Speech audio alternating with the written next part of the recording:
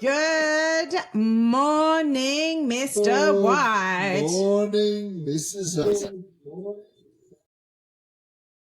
It is phenomenal to be with you, and it is so great to have our very special guest all the way from the United Kingdom of the UK, Emma Steele. Welcome aboard. Morning. Evening, obviously, and cheers. We've just tried to reminded Emma that it is very late.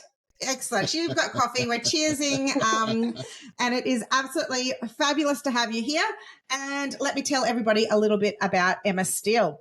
So she went to the primary school of Cannon Popham and then went to secondary school at Hunger Hill. She did her sixth form at Danham and then went to university at the University of Leeds doing a Bachelor of Science. Mr. White, tell us a bit more about Emma Steele.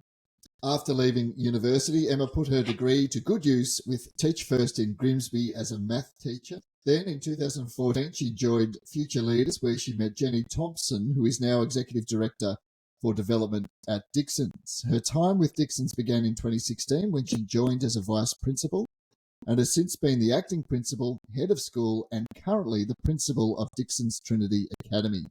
Emma is a big believer in the culture at Trinity, and she is keen to carry on the previous work by those who went before her.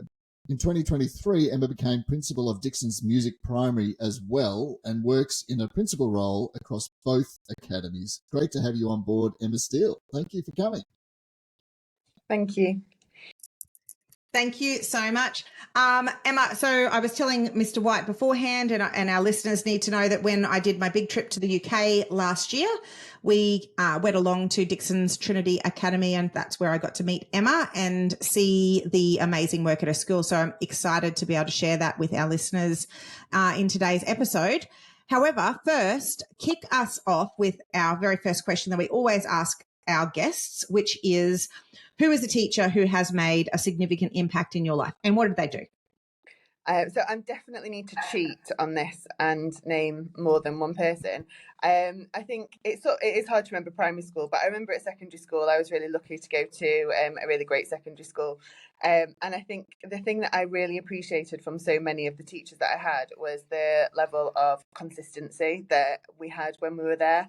And there's something around the security of knowing exactly what's going to happen at what time. And I really did appreciate that in that school. And I probably didn't actually appreciate it as much at the time as I get now how important that was. But if I'm talking in terms of specific teachers, I'd have to say my A-level teachers. So Mrs. Law, who was at Danham, and Mr. Lowe at Danham, they were my maths and statistics teachers. My A-levels are in maths, further maths and statistics. So you can imagine I spent quite a long time with those members of staff. And I think they complemented each other really, really well. There was a small group of us doing, as you can imagine, not a huge number of people want to do maths, further maths and statistics. So it was quite a niche group. But they made us really feel like we were absolutely their priority. They gave us so much extra time of their support. I remember just camping out in one of their classrooms a lot of the time, just doing our work together. So I think they really set us up to be able to work autonomously, but then also really helped us as well. And they're also really funny, which was always nice. They knew exactly what to say to each of us to get what they needed to out of us, whether it was to make us work hard or wind us up. It was they always seemed to know what to do. Definitely the mark of a good teacher, knowing the right buttons to press on a kid, when to make them laugh, and yeah, that's fabulous. I wonder if any of their wisecracks would rival our very own Mr. White's. I doubt it. I would think so, actually. I would think so. I doubt it. Look, that's you mentioned consistency there, Emma. Are you talking about consistency of system or consistency of teacher attitude? Can you unpack that notion of consistency? Because the more I teach, the more I realise that this is absolutely fundamental to learning. Yeah, I think I'm trying to think of like one. I can probably think of one teacher as an example where we used to walk into her classroom. She's my history teacher. We walked into her classroom. No one would ever question with a seating plan. There was just something about her. Nobody would ever have questioned it. We all went and sat in our seat. Everybody did it as well. It wasn't like even like the odd person who could maybe be naughty somewhere else, just in that classroom, never did that. everyone sat down, everyone did the starter straight away, would only put their hand up to ask a question. And I just feel like there's just a level of like settled, I don't know, is it settled, Mrs. Wood? Like a level of security. And it is now. Thanks. It's just a level of security knowing that all of that is set up. And I think probably I then felt like I could contribute quite a lot in the lesson because I knew that she had control of everything. So it was a safe space, I suppose, is the word that I'm looking for, and that's what she kind of created. Even to the point of that classroom that I remember we used to go into, it was part of like a one-way system in this building, and I even really liked the one-way system, and nobody ever went against it. It was always followed, and members of staff always made sure we followed it.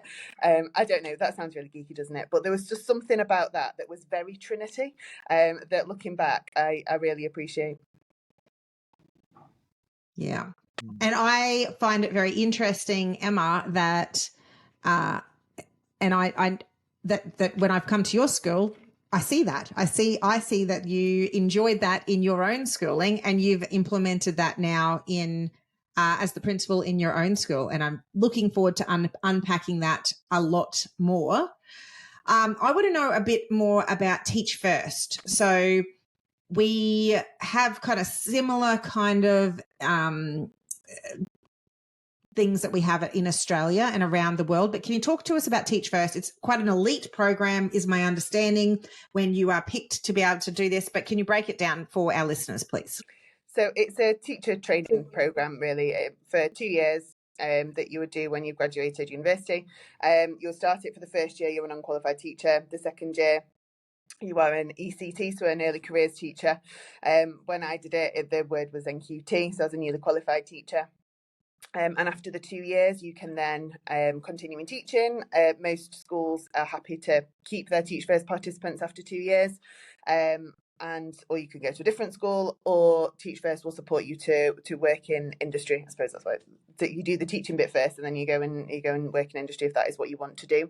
And there's lots of ways they can support you to do that if that's the decision you made. So you can do like a summer placement at some of the big accounting firms, for example.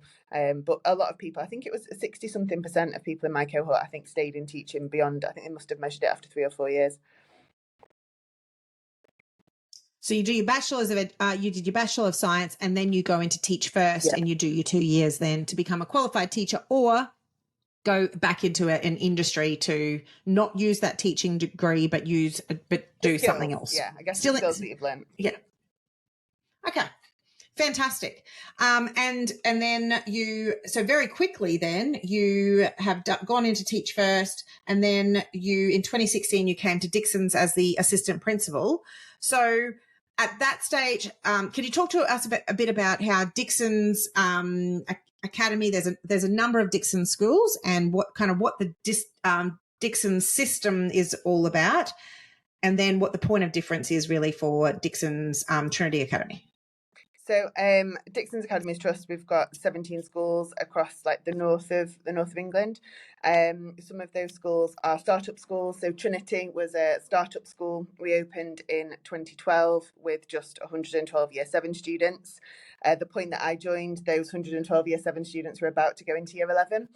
So I've never known the school not full, really. It's always been full, but I have known every child who's been here if they made it to the end of Year 11, because I've seen every Year 11 cohort. So it's very, very. I think there's probably about 3 children who I've maybe not known who've come here, which is a really lovely position to be in. I think we're across all Dixon schools. We have a backbone that we all align to, and principals have helped write the backbone. So things that we've absolutely said we will definitely do. So every school does morning meeting, which I think, did you say is called a review, daily review? Well, yeah. So the way you do it at Dixon's Trinity Academy, the way that you do your morning meeting is very different to how other morning meetings are run, but there's always a morning meeting at the school. So not all of the Dixon schools that we went to, use their morning meeting for a daily review, which is for retrieval practices. So it was very impressive, the science of learning retrieval practices that you are using your morning meeting for. Yeah. So every school has to do morning meeting. We do lots. I suppose it's really academic hours. We do retrieval practice. We do something we call a brain dump. Morning meeting starts at 8:03, which is something that isn't on the backbone. It's something that is probably particularly Trinity.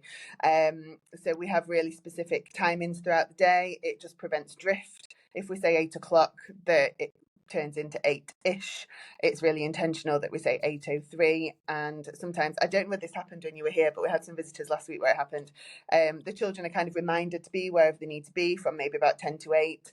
And then at about 8:01, 8:02, some days they just fall silent before 8:03, which is like, it's really lovely when it happens, but then you're just kind of like, talk between yourselves, just for another 30 seconds. But we don't put hands up until 8:03. We put hands up at 8:03. And then sometimes they're already silent, and sometimes they fall into silence at 8:03. But there is something about the timing that's really special. There was once when the clock in the heart space, which is the clock that we go by, everybody goes by the clock in the heart space, it had broken. So we thought this was going to cause absolute chaos. The clock in the heart space is broken.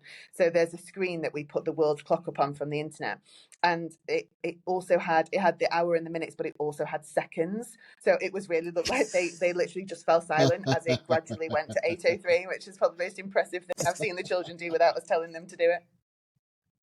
Yeah, that's amazing. That's golden. That speaks to their love of consistency, though, doesn't it? I mean, I think children are animals that do like to have order and know exactly what to expect. So the fact that they're falling silent in the seconds leading up to 8:03, I think, is indicative of the fact that they do love that consistency.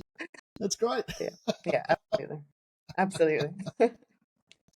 And I know when we were there, absolutely, there was kind of a hush was already falling over the room when they were kind of waiting for it to click to 8:03. So they were definitely ready, and they were definitely, watching the clock to see, when it was, they were ready, they were expecting it.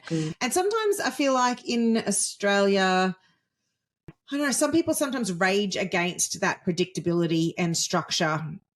And I certainly at my school in the last couple of years have seen the massive benefits from providing that consistency and structure for students. The predictability that they know they're going to be successful today, they know what to expect. It keeps them out of cognitive overload as much as you can, even though they're teenagers, they're going to constantly be in cognitive overload. So the least we can do is provide that consistency and structure. And it was in spades at Trinity. It was a beautiful thing to watch. So there's so much that I want you to tell Whitey and the rest of the world about your school. But Whitey had a question about the jumpers in a photo that yes. that he saw. Yeah. So I jumped on and had a look at the website of your school, and I noticed there was a photo of a student that was wearing a jumper, and on that jumper it said "No excuses." I thought that's pretty awesome. Can you tell us a little bit more about that? So the hoodies that they wear, if they have PE, they can wear their PE kit. The hoodie is part of the PE kit. And right. The colour of the hoodie matches the house that the children are in. So we've got Makalu wear like burgundy kind of colour. Aconcagua wear a navy blue jumper, and Pelvu wear a grey jumper. And they begin with M, A and P because our drivers are mastery, autonomy and purpose. So they then, when the school opened, they thought of, I suppose, a phrase that for each house. So we have no excuses, no shortcuts, and 100% every day for each of the houses, which we are considering whether we want to keep that different or whether we want all of them to have climbing the mountain, because I'd really like climbing the mountain to be, because we talk about mountains a lot at the school. It'd be really lovely if we could have a reference to that on their uniform, because I suppose all of those things are what they need to climb their mountain. So we only have one metaphor, and we really go to town on that metaphor of climbing the mountain. So it would be really nice to have reference of it in the uniform. I also like that, although it's very, the no shortcuts, the no excuses, 100% effort, it's very noticeable. And I know that when previous people from mastery schools went over, they loved that as well. I think actually our managing director bought the No Excuses jumper, or so he has one that he wears around sometimes. So you've gone down under, Emma. But I love that, even that that you still, you're willing to change it. You're looking at trying to align things even more and keep things even more consistent for the kids, which is fabulous. A sign of a good school isn't necessarily deeply wedded to something, is willing to kind of shift and change and be agile whenever necessary. So I'm keen to hear some teaching stories from you, particularly a science teacher. I think that you are very privy to some fun stuff that could happen in your classes. So very interested in hearing a teaching tale from you. So this is the madness that happens in classes or schools sometimes. So whilst you're coming up with your teaching tale, let me play the sting. Teaching tales. Dun, dun, dun. What do you got? So I am actually a maths teacher. Although I have taught science this year actually, which has been very interesting, teaching science. When the teaching tale, I feel like I've forgotten which way around I need to do this. Teaching tale is the funny one. The funny one. Right, okay. I'm going to talking about the time when I was a science teacher to year 9. I was sharing the group with somebody else, and there was a section on cells, and you can imagine there's lots of different types of cells, and there's some that are funnier than others, like the reproductive cells are the funniest ones. And obviously she left me, the other person left me with the slide ready to do that, having never really taught science before. So that's probably the most recent difficult situation that I've been in. Messaging her saying that I cannot believe you've left this page to me. But probably the funniest thing that's happened more recently, kind of similar. I know that it shouldn't be funny, should it? Like, the children don't even find it funny, but we find it funnier. But I do quite a lot of supporting with year 11. So obviously they've got their exams coming up, and I like to spend a lot of time with them. I like to remind them about the importance of revision and how they need to do 10 hours a week and all of that kind of thing. And on a Wednesday, they have personal development studies. And they have it with one of our assistant principals, Rosie. I actually did teach first with Rosie. We worked in Grimsby together, and then she came to work here. And she's quite, I don't know how to describe her really. She is very, she's probably got an extroverted personality, is probably the best way to put it. And when she was doing personal development with year 11 at E03, she had to do the topic of pornography. And you can imagine that year 11, you would think that, great way to start the morning. Yeah, I didn't you can take imagine. that Well, that was the funniest comment. So with the year 11s, they don't bat an eyelid. Like, they're just used to her like singing about various things, and that they happen to be pornography. They're sort of used to it. But she said at the end of it, she always says, if there's anything, at the end of a personal development lecture, you would always say, if there's anything you're worried about, anything you want to discuss. So she did the usual sort of speech that you do at the end. But the speech includes saying, but you need to speak to staff around you. We are all experts in all of the things that we talk about. And what she had eventually therefore said is that all the staff around them were experts in pornography. The kids it went over their heads. They didn't bat an eyelid. It went over their heads. But when I picked them up to teach maths, one of them said to me, really dry sense of humour, just said, does she have to talk to us about pornography at 8:03? It's so early. That is probably my funniest one most recently. Good. But staff definitely found that whole situation far funnier than the children did. They are far more mature than we are when it comes to things like that. So I can only imagine, well, because at 803 they've got the teachers, a number of teachers in the room, but the teacher who's teaching or has got the undivided attention of the students, so they don't actually have to have too many other teachers in the room. No. But there definitely is. So I can only imagine catching the eye of Rosie when she says that we're all experts in this, and going, what? Expert? So don't say I'm an expert in pornography, really? Yeah. That's definitely we had words afterwards. Some of us had to step outside because we were laughing. That's fantastic. Hey, the other day, we had a student, we were teaching cells in science, and they were showing what each of the cells look like. And then they moved into they were doing anatomy, but, internal organs. And so they were showing, how we would draw one, but then actually showing what it actually looks like as well. And then my office looks right down the foyer. And then I see a girl kind of sprinting to the toilets. And I'm like, what's going on? So I'm in the toilets and she is just giving it to the toilet. Like just so and she's a very expressive young lady, but she was definitely over dramatizing how sick this thing had made her, and I didn't know what was happening in the class, and she's like, I was like, oh, hey, insert name, are you okay in there, sweetie, what's going on? And she's like, it's my science. Okay, well, so what's just happened in science? We had to look at the pictures of them. Yeah. And then she's like, do you even know what a liver looks like?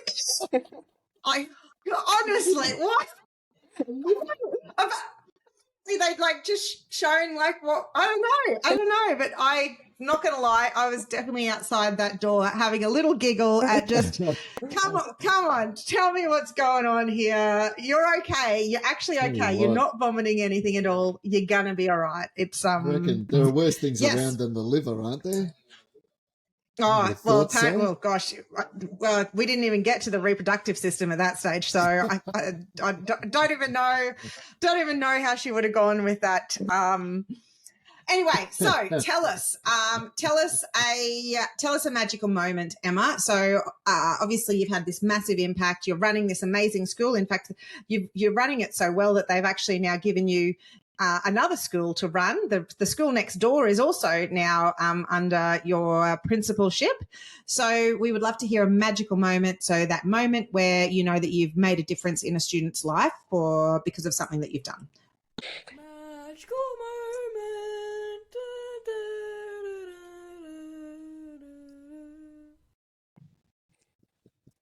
So I would use an example from the school that I worked at originally when I did Teach First. So there was a group of children who had passed their maths GCSE a little bit earlier than. Well, they'd sat it early. They used to be able to sit it early. They'd sat it early.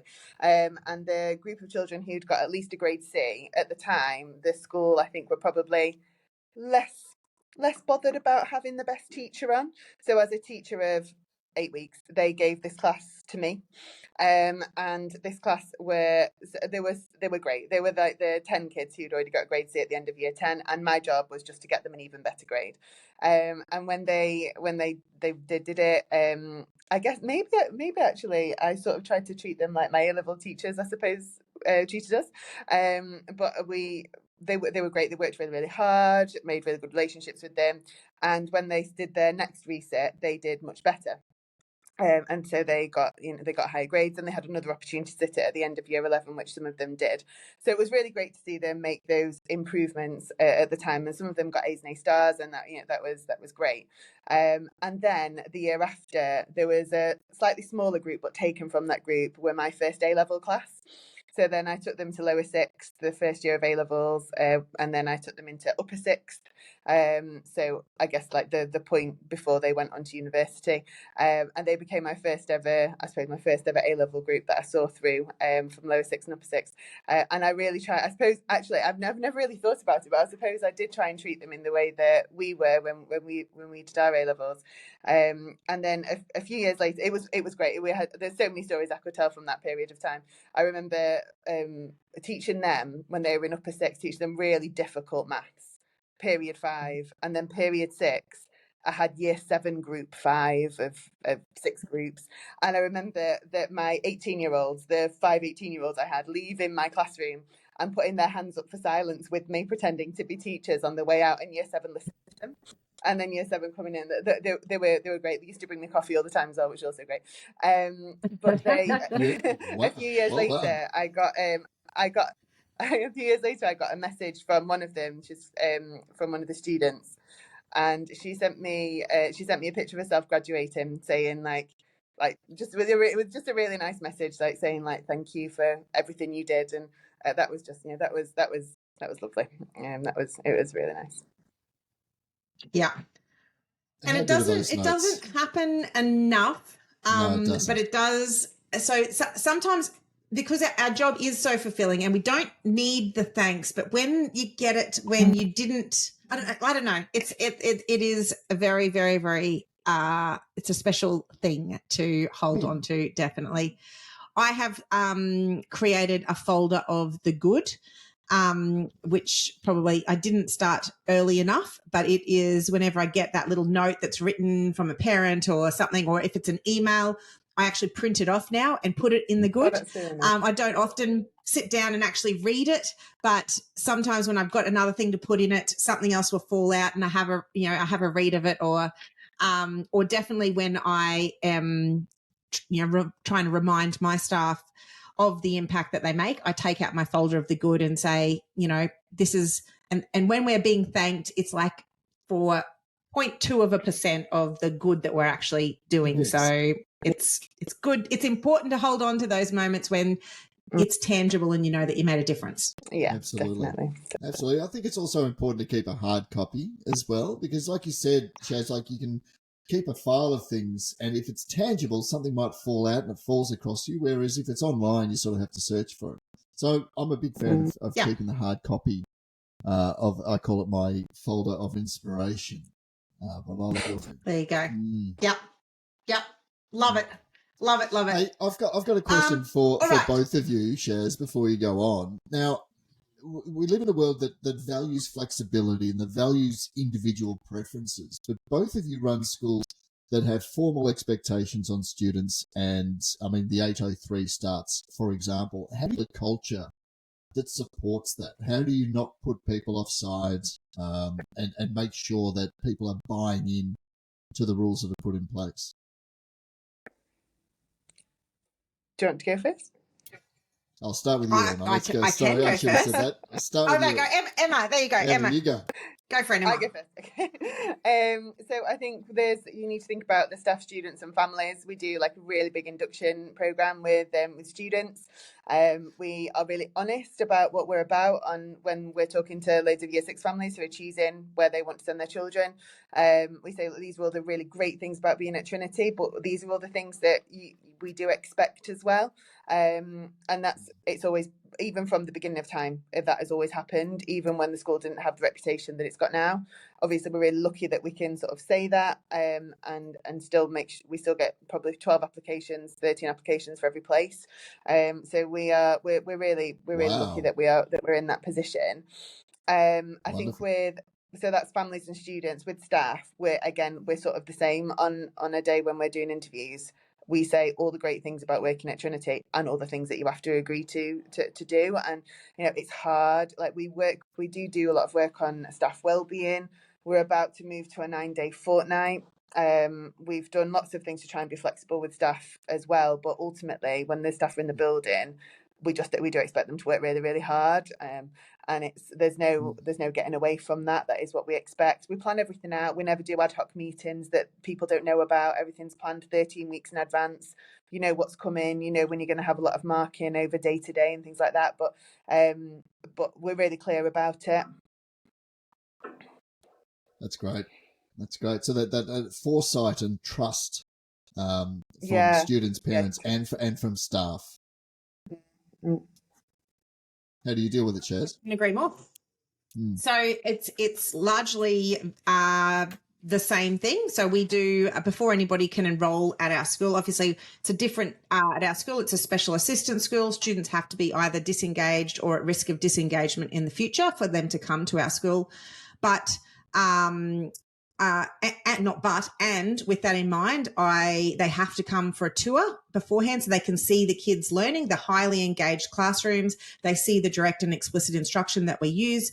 I get to show them what STAR means, so that there's an expectation that they're sitting tall, tracking the teacher, answering together, showing respect.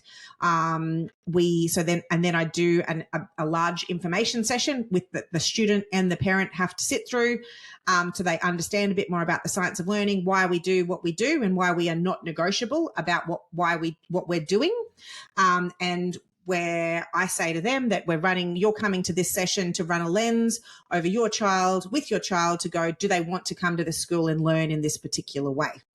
And then at the enrollment interview, it's the student who needs to talk to me about why they want to come to this school and why they want to learn in this way and why they think they will benefit from learning with this level of predictability and success and structure and all of those things.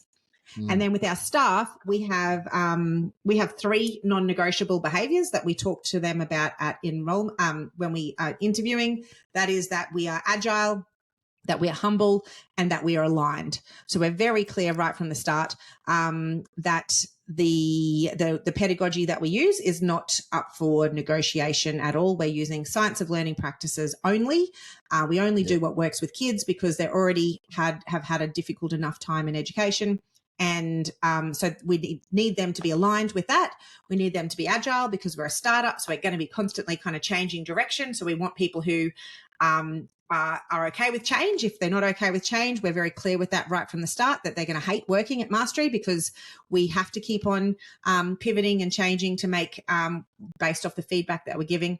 And we need to be humble because we're not going to always get it right. So we just got to be able to own our mistakes and be able to move forward. So I feel like we're getting better and better being clear about what we are and what we are not and why we are like this. And then it helps people to make up their mind so that we're not spending too much time with the coalition of the unwilling and we're working with people, like we're building that understanding prior to them actually walking through the doors so that they, once again, that creates predictability and gives them more of a chance of success. Absolutely. Yeah. Absolutely. Yeah. All right. I want to get to the little game that we play.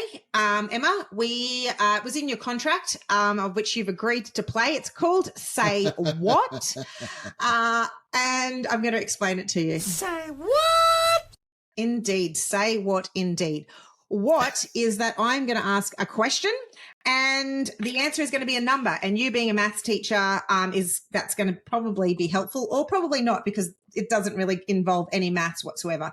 So the first question is going to be an answer that ends with a number. And then you're going to say, Whitey's going to give the answer and you're just going to be able to say then whether you think he's right on the money or whether it's higher or whether it's lower. Okay. Just advice. It doesn't make any sense. I'm typically right on the money, so just a little helpful hint there. Off you go, Shaz. What do you think? Excellent. The first question is how many schools are there in the UK? How many schools Mr. White, are there how in many the UK? schools? Yes. Okay. I didn't stutter. Now, that is exactly the right question. I'm going to need some clarification. Schools. Where young people go to learn. Young people. Define young people. Are all schools, so like prep to grade 12, or like also prep to sixth form. And can you define learn for me, please? No, I can't. How many schools? All right, you have 5 seconds, right, Mr. White. United Kingdom. Okay. I don't know. I'm going to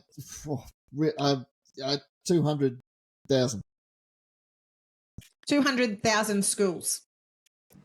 Wonderful. Yes. Emma. I mean, yes. How many 200,000 schools. How do you think that it's 200,001 or do you think it's more likely 1,999? Do you reckon it's more or less? I think I'd go lower. Lower, yes. And if you had to pick a number, like how much lower would you be talking? Like 90% lower? Or Jesus, yeah, really? cool. Well, on this occasion, Emma would definitely be right because it's actually 29,161 schools in the UK. All right. Well, once again, I'm querying the definition of terms, but okay, I'll accept that. All right. Well, I'll accept it. Excellent. Wonderful. Excellent. Well, we'll move on to the second one then, which would be what's the number of teachers in the UK? And by teachers, I mean they have a degree or they are teaching in a school, not a TAFE organisation. Just how many teachers are there in the UK, Mr. White? How many schools were there again? Oh, well, you should have been listening, shouldn't you? Okay. I've got my little maths here, and I'm just writing down some figures and throwing a figure, and I don't like that figure. I'm going to go 1.2 million teachers. Excellent. Well, I think that Emma's probably going to be all right with this one. Are we going higher or lower? I think lower.